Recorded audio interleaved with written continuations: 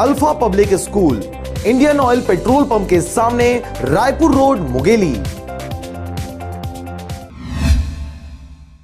बिलासपुर जिले के मस्तूरी क्षेत्र में सड़क हादसा का यह दूसरा मामला है, जिसमें ग्राम वेद परशदा शादी में जा रहे कार और मोटरसाइकिल में जबरदस्त भिड़ंत हो गई। टक्कर इतना जबरदस्त था कि बाइक सवार व्यक्ति गंभीर रूप से घायल हो गया और इलाज के लिए अस्पताल ले जाते समय रास्ते में ही उसने अपना दम तोड़ दिया। इस घटना में बाइक सवार की मौत के साथ ही कार में सवार 3 लोगों को चोटें आई हैं, जिसका इलाज अस्पताल में जारी है। गाड़ी कुछ बाराती लोग जा रहे थे और सामने से एक गाड़ी आ रही थी। बाइक वाले भी किसी बजाने के चक्कर में बाइक सुमो और बाइक आपस में भिड़ंत हो गई, जिसमें 3 लोग घायल हो गए थे।